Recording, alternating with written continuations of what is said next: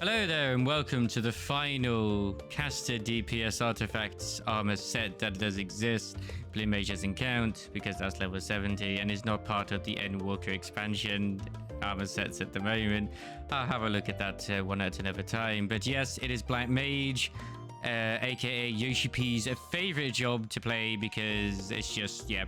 That, and as well as also the magical turret. See, do not move me from my ley lines. How dare you even think of moving me from my ley lines? I will strangle you if you move me from my ley lines. Straight away, I look at this and it evokes the feeling of a witch, warlock, Master Matoya in her younger days maybe, and I think that's the sort of vibe they were going for. I forgot to actually have a look at what this armor set was called, but we will have a look at that in a bit. Same with the weapon as well. See here with the helmet, or shall we say the wonderful little hat here. It is the classical Black Mage hat. Just a lovely sort of felt hat with a bit of a cone in, which is held down by some black feathers and some gold ornaments with a little bit of a gem in that as well. This can actually be toggled off or on using the visor, so you don't have to have like the eye patch. But hey, you know what? The eye patch is cool, and you want to be Chinubru or whatever it's called, then go for it. That is what you want. The chest piece is the classical Black Mage robe, as always, which is, yes, very nice indeed. Fun fact, this actually, it goes this way. This is actually part of the legs, which we'll talk about in a momento. But first of all, we'll look at all these little fetishes here. Obviously, got some nice little jewelry, etc., etc. Got some, this is why I say it's very witchy-like to me. Got some more talismans, feathers, other things as well. It's just fetishes, talismans, reagents, whatever you want to call them, which is kind of interesting considering Black Mage doesn't really need to use any of those, but it's still nice to see the attention to detail. And then, of course, on the gloves, we've got it's completely fingerless with its own little rings and stuff, which I was actually half expecting it to be an almost bit like Yoshi P's, like, because he wears a lot of rings as well, you see. And on the back, we've got ourselves like a little pouch and a little spell book as well, which is kind of adorable. I like to see that. That's part of the chest. The legs just is like a bit of a sort of almost a tribal sort of dress type thing. Kind of giving that sort of Fanavian type vibe as well. I don't know which dragon it's based off of, but I like it. It's pretty cool. Maybe even a bit of an Aldaran type of thing as well. But I could definitely see denizens of Mlach actually wearing this armor set as well. And maybe that's what they're trying to go for. The shoes don't really matter right now. You can barely see them. They're like spiked up just like the other Black Mage ones are. The real showcase here is this fantastic staff. It is the only artifact weapon that is animated in this way. Which, of course it is. I mean, yeah, why not? You know, why not make it just special?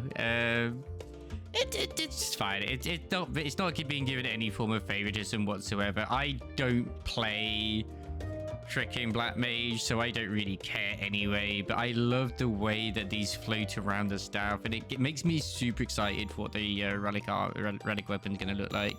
I love the feather on the bottom as well, and it's got a little spiky on the bottom. Very purple and black, kind of reminds me a little bit of Y'shtola, a little bit too, with the way she has her staff and stuff.